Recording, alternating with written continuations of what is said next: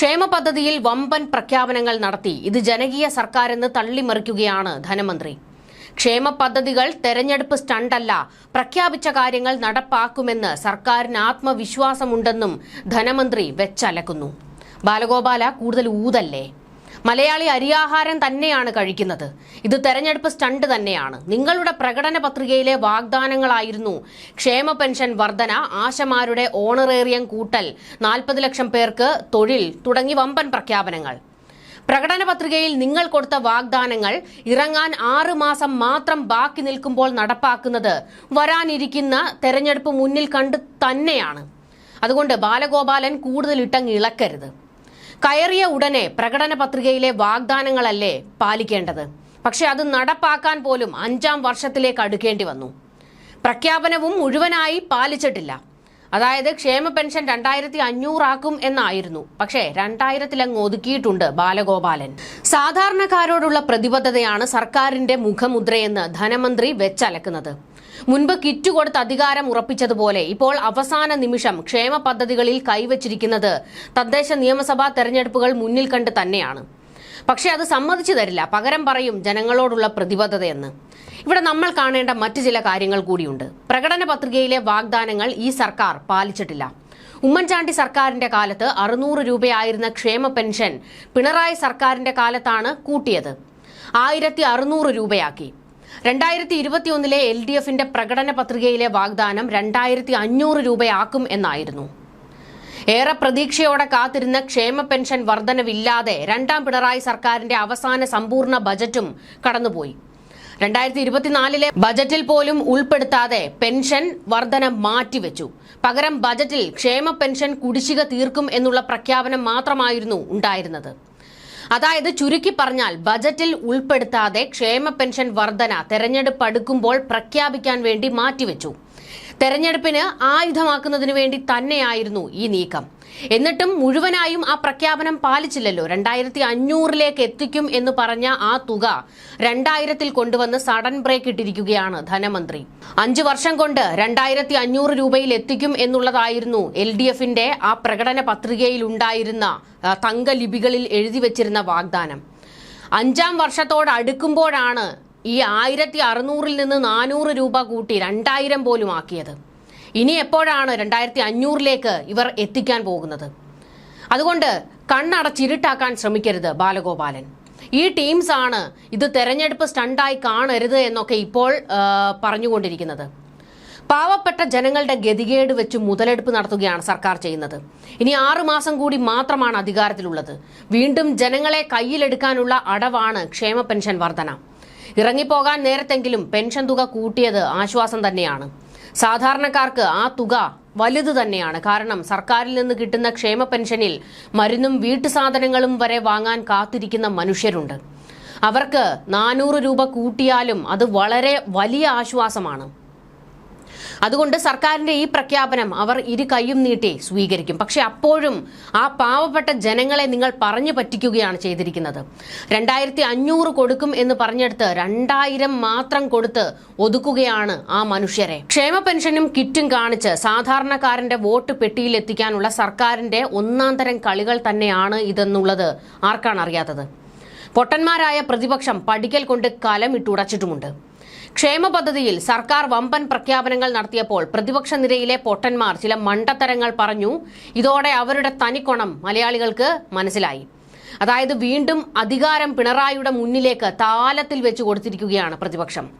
VD Satheesan, Kodikunnil Suresh തുടങ്ങി നേതാക്കൾ എല്ലാവരും മാധ്യമങ്ങളോട് പ്രതികരിച്ചത് പ്രഖ്യാപിച്ചു, പക്ഷേ ഇതിനുള്ള കാശ് എവിടെയാണ് എന്നായിരുന്നു. കൊടിക്കുന്നിൽ സുരേഷ് പറഞ്ഞത് ഇവർ പ്രഖ്യാപിച്ചിട്ട് ഇറങ്ങിപ്പോകും, 2026 അധികാരത്തിൽ വരാനിരിക്കുന്ന ഞങ്ങൾ ഈ കാശെല്ലാം എവിടുന്നെടുത്തിട്ട് കൊടുക്കും എന്നായിരുന്നു. അതായത് ഞങ്ങൾ അധികാരത്തിൽ വന്നാൽ ജനങ്ങൾക്ക് 1 രൂപയുടെ ഉപകാരം ഉണ്ടാകാൻ പോകുന്നില്ല എന്ന് ഇവന്മാർ തന്നെ പാടി പറഞ്ഞുകൊണ്ട് നടക്കുന്നു. സോഷ്യൽ മീഡിയയിലൊക്കെ കഴിഞ്ഞ ദിവസം നിറഞ്ഞത് UDF അധികാരത്തിൽ വരരുത്, വന്നാലും 1 രൂപയുടെ ഗുണം ജനങ്ങൾക്കുണ്ടാകില്ല എന്നാണ്. ഉമ്മൻചാണ്ടി സർക്കാരിന്റെ ആ പഴയ 600 തന്നെ ഇവന്മാർ കൊണ്ട് എത്തിക്കും എന്നുള്ള പരിഹാസവും സോഷ്യൽ മീഡിയയിൽ നിറയുന്നുണ്ട്. ധനമന്ത്രിയാണ് ഇപ്പോൾ ചാനലുകളിലും ചർച്ചകളിലും എല്ലാം സ്കോർ ചെയ്യുന്നത്.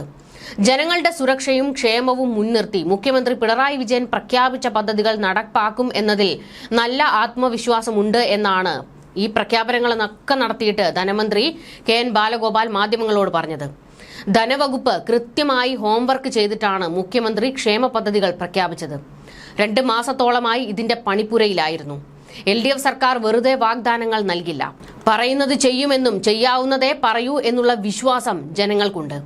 സാധാരണ ജനങ്ങളോടുള്ള പ്രതിബദ്ധതയാണ് ഈ സർക്കാരിന്റെ മുഖമുദ്രയെന്നും ധനമന്ത്രി മാധ്യമങ്ങളോട് പ്രതികരിച്ചപ്പോൾ പറഞ്ഞത്. വലിയ ഉത്തരവാദിത്തമാണ് ധനവകുപ്പിനുള്ളത്. പദ്ധതികൾ നടപ്പാക്കാൻ ജനങ്ങൾക്ക് മേൽ അമിത ഭാരം കെട്ടിവെക്കില്ല. കേരളത്തിന് കിട്ടാനുള്ള പണം വാങ്ങിയെടുക്കണം. ഇനി അവതരിപ്പിക്കാനുള്ളത് പൂർണ്ണ ബജറ്റല്ല. തെരഞ്ഞെടുപ്പിന് 2 മാസം മുൻപ് പദ്ധതികൾ പ്രഖ്യാപിച്ചാൽ അത് വെറുതെ പറഞ്ഞു പോകുന്നതാണെന്ന് പ്രചാരണമുണ്ടാകും. എന്നാൽ പറഞ്ഞവ ചെയ്യാനാണ് ഉദ്ദേശിക്കുന്നതെന്ന് സർക്കാരിന് ഇപ്പോൾ തെളിയിക്കാനാകും. നവംബർ 1 മുതൽ പദ്ധതികൾ പ്രാബല്യത്തിൽ വരികയാണെന്നും ധനമന്ത്രി പറഞ്ഞു. അതായത് ഇറങ്ങാൻ ഇനി കുറച്ചു മാസങ്ങൾ മാത്രം ബാക്കി നിൽക്കെ ഒരു വലിയ പ്രഖ്യാപനം നടത്തുന്നു. അതിന്റെ അടുത്ത മാസം തന്നെ, തൊട്ടടുത്ത നിമിഷം തന്നെ ആ പദ്ധതികൾ പ്രാബല്യത്തിൽ വരാൻ പോകുന്നു എന്നും സർക്കാർ കാണിച്ചു കൊടുക്കുകയാണ് ചെയ്തിരിക്കുന്നത്.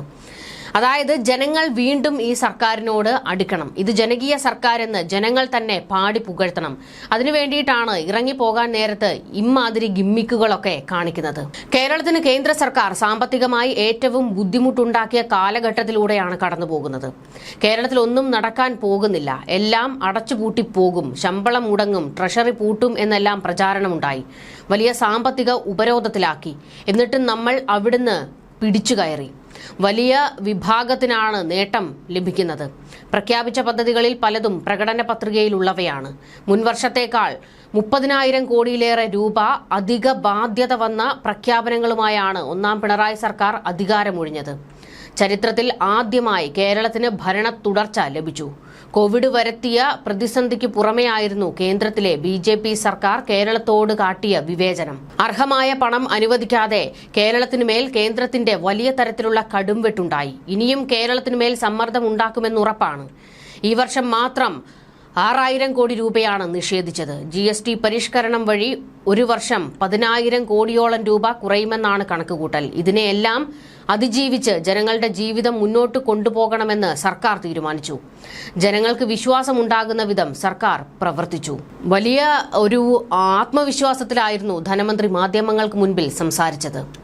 മദ്യത്തിന്റെയും പെട്രോളിന്റെയും ടാക്സ് കൂട്ടി എന്തായാലും ഇത്രയും പണം ഉണ്ടാക്കാൻ കഴിയില്ല. കിട്ടാനുള്ള പണം ഫലപ്രദമായി കളക്ട് ചെയ്യുക എന്നതാണ് പ്രധാനം. സർക്കാർ ഉദ്യോഗസ്ഥരുടെ ശമ്പള പരിഷ്കരണം അടക്കമുള്ള കാര്യങ്ങളിലും ഉത്തരവാദിത്തപൂർണമായ നിലപാട് തന്നെയായിരിക്കും സർക്കാർ സ്വീകരിക്കുക. 2 DA ആണ് റൂൾ 300-ൽ പറഞ്ഞത്.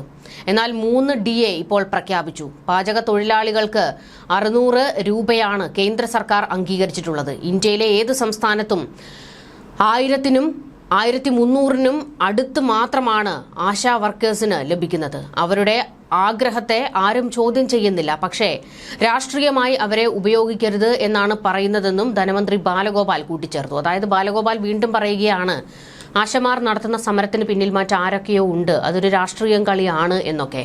നിലവിൽ യാതൊരു സർക്കാർ സഹായവും ലഭിക്കാത്ത ട്രാൻസ് സ്ത്രീകൾ ഉൾപ്പെടെയുള്ള പാവപ്പെട്ട സ്ത്രീകൾക്ക് പ്രതിമാസം 1000 രൂപ ധനസഹായം നൽകും. വാർഷിക വരുമാനം 1 ലക്ഷം രൂപയിൽ താഴെയുള്ള യുവാക്കൾക്ക് പ്രതിമാസം 1000 രൂപ സ്കോളർഷിപ്പ് നൽകും.